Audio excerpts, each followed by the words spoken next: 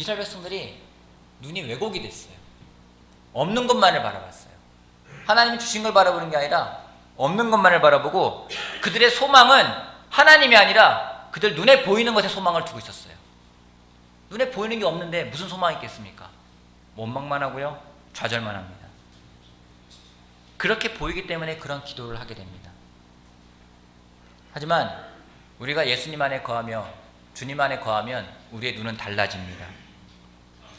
여러분, 독수리처럼 올라간다라는 것은 눈이 열려서 우리에게 있는 실패, 좌절감, 환경적인 어려움을 보는 것이 아니라 더 멀리 보는 걸 말하는 겁니다. 높이 올라가면요 멀리 볼 수가 있어요. 독수리가 솟아오르는 이유는요 멀리 보기 때문이에요.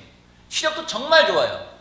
어제 영상을 몇 개 보면서 독수리 사냥하는 걸 보니까요 정말 무서울 정도로요 빠르고 날카롭고 정확하게 달려갑니다. 멀리 보기 때문에요. 우리가 정말 주님 안에서 주님을 소망으로 삼는 사람이 독수리처럼 올라간다면 우리는 눈에 보이는 게 아니라 그 너머를 볼 수 있어요. 넘어 어디까지요? 주님까지 바라볼 수 있는 그런 시력을 우리가 가져가야만 됩니다.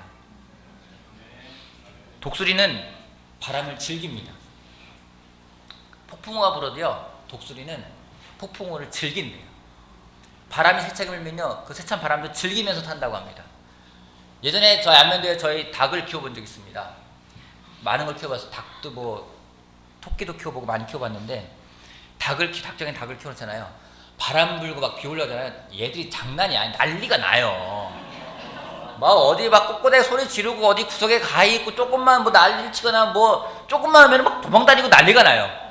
근데 독수리는요 바람이 불어도 끄떡하지 않아요. 오히려 거기를 즐겨요. 우리 안에 계신 주님, 하나님에게 소망을 두는 사람은 저는 그런 사람이라 생각을 합니다.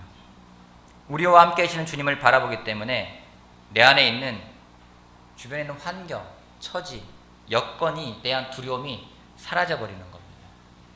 그런 사람들은 정말 당당하게 맞서는 것을 볼 수가 있습니다. 그랬던 사람 하나를 소개하고 싶습니다. 사무엘상 17장 말씀 볼게요. 사무엘상 17장.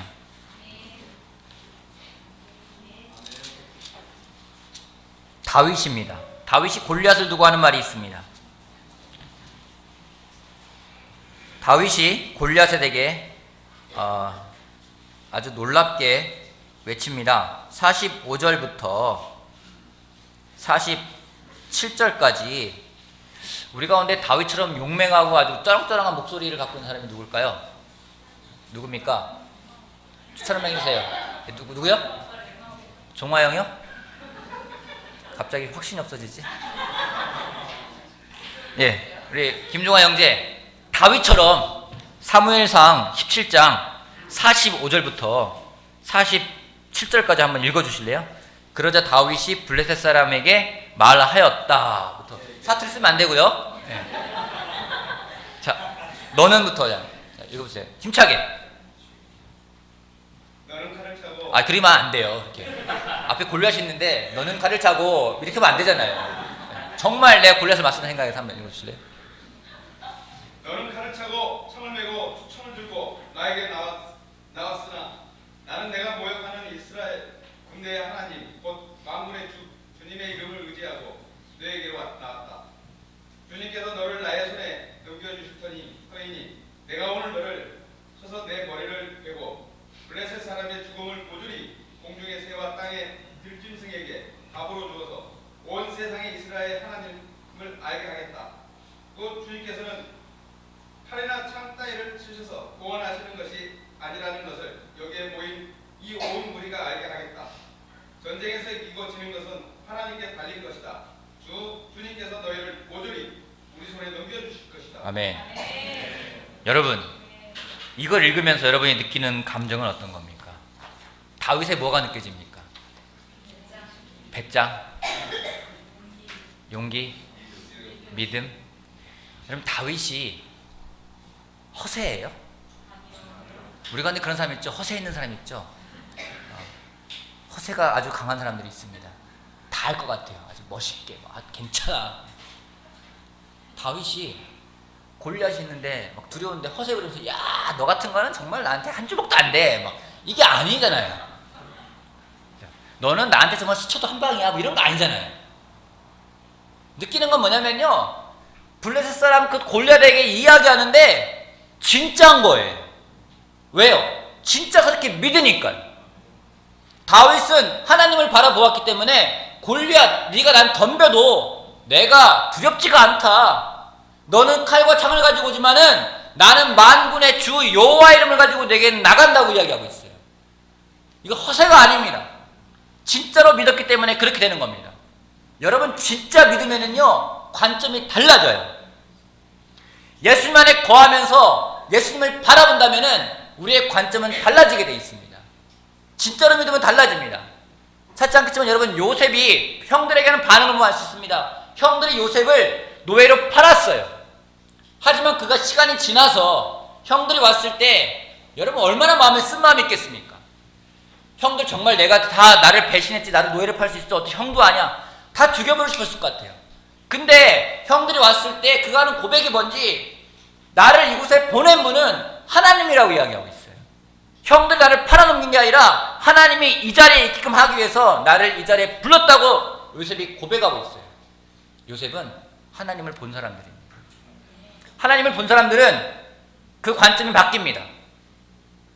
멀리 보기 때문에 눈앞에 있는 것을 취하지 않습니다. 멀리 보기 때문에 더 멀리 있는 것들을 바라보기 때문에 두려움이 없어집니다. 독수리가 그런 존재들입니다. 여호와를 앙모하는 자, 오직 주님에게 주님을 소망으로 삼는 자가요, 그런 독수리처럼 올라가서 멀리 보기 때문에 그런 두려움들을 없앨 거라고 이야기하고 있습니다. 솔직히 우리가 멀리 보지 못하는 이유는요, 게으른 것도 있지만요, 두렵기 때문이에요. 두려워서요. 그 일이 나한테 닥칠 게 두렵기 때문에 보지 못할 때가 있습니다.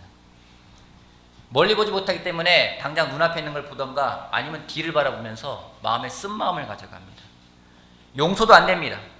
과거의 상처 속에서 헤매면서 하나님을 바라보지도 못하게 만듭니다. 하지만 하나님 안에 거하며 하나님을 소망으로 삼을 때는 우리는 다른 눈을 가지게 됩니다. 과거에 더 이상 얽매이지 않습니다.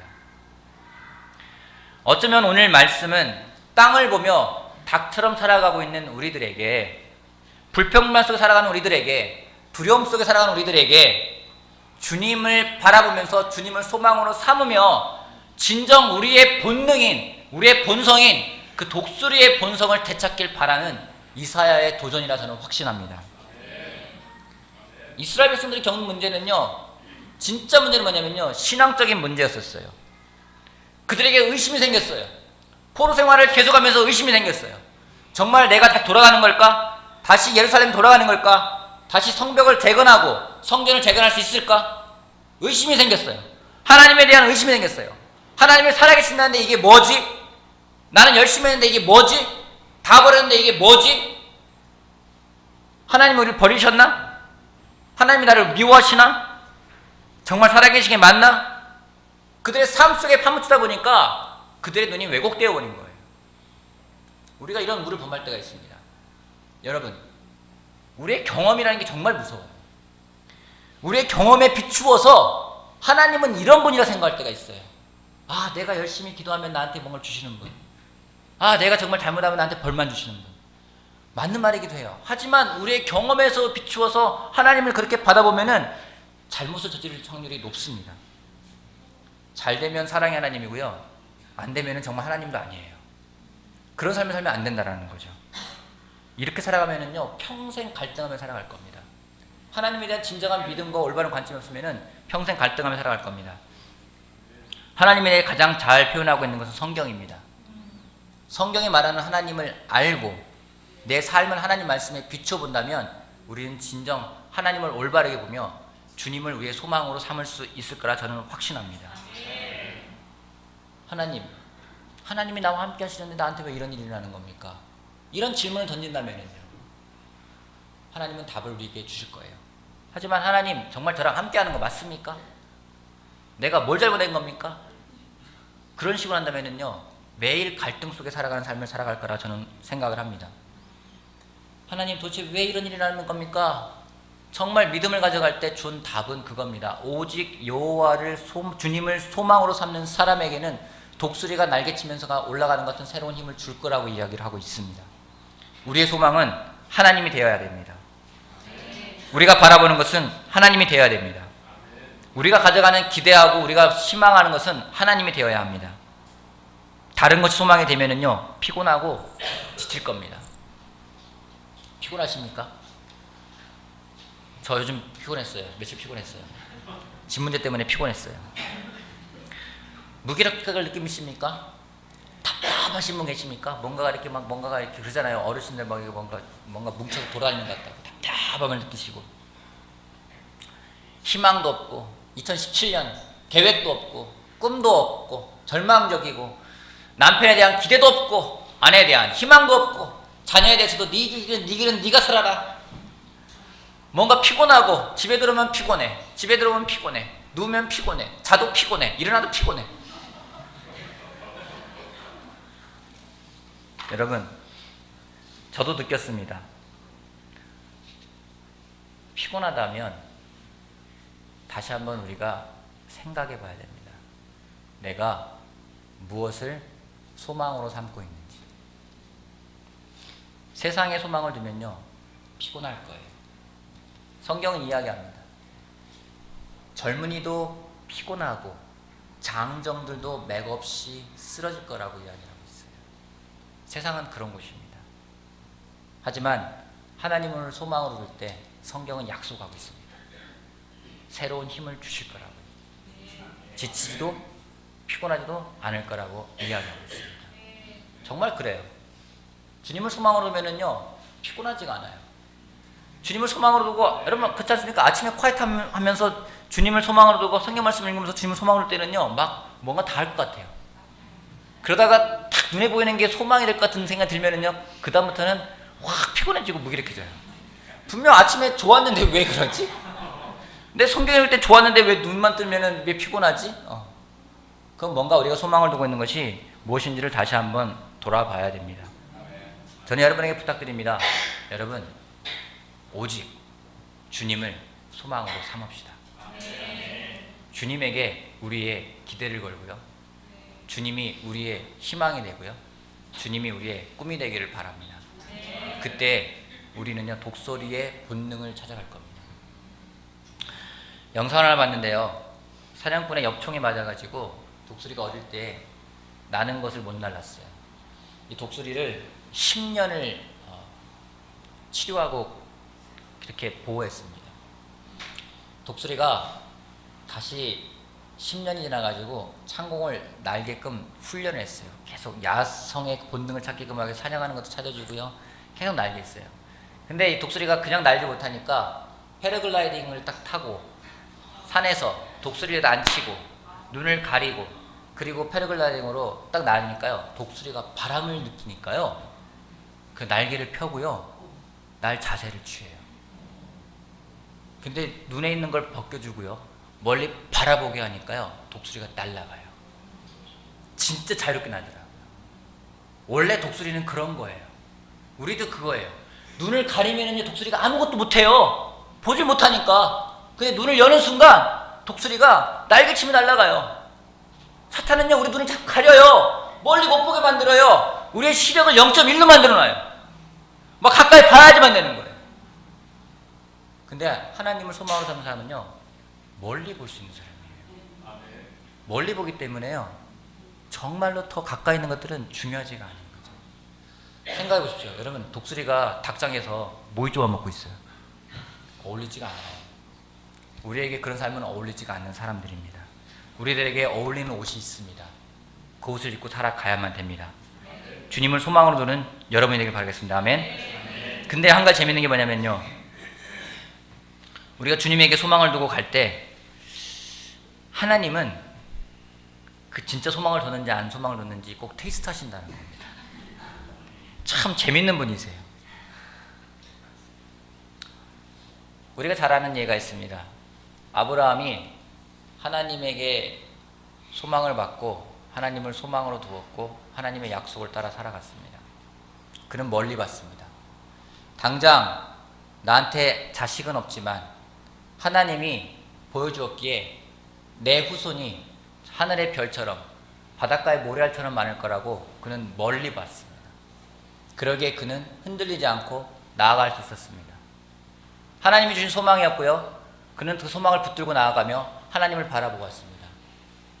그 가운데 이삭을 하나님이 주셨어요. 근데 하나님이 그 아브라함의 소망을, 그 아브라함의 그 기대가 무엇인지, 아브라함이 정말 바라보는 게 뭔지를 또 테스트하십니다. 그 아들을 바치라고 합니다. 여러분, 질문해 보겠습니다. 신동 형제가 헤드헌터로부터 좋은 조건으로 제안을 받았다고요. 제가 다시 제안해 볼게요. 신동일 형제는 직장을 그만둘 수 있겠습니까? 아무런 조건 없이 주님을 위해서.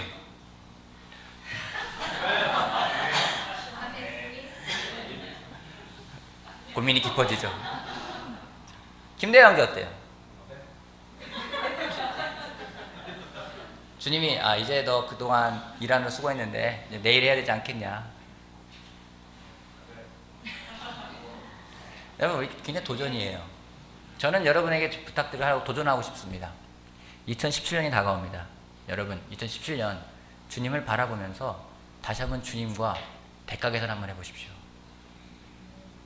누구를 위한 소망이고 왜 그 소망을 가져가는지 대가 계산 한번 해보십시오.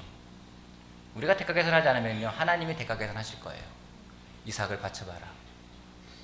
근데 그 이삭을 바칠 때 우리는 모든 것들을 준비해 놓으신 그 여호와 이레의 하나님을 만나게 될 겁니다. 오늘 여러분이 바라보는 것이 무엇입니까? 땅에 떨어져 있는 모이를 바라보고 계십니까? 아니면 저 멀리 정말 시력 6.0의 시력을 가지고 정말 320km의 속도로서 저 멀리 바라보는 그런 삶을 살아가고 있습니까? 진정으로 하나님을 소망으로 삼기에 솟아오르는 독수리의 그 본능을 회복하는 여러분 모두가 되길 바라면서 말씀 마치겠습니다.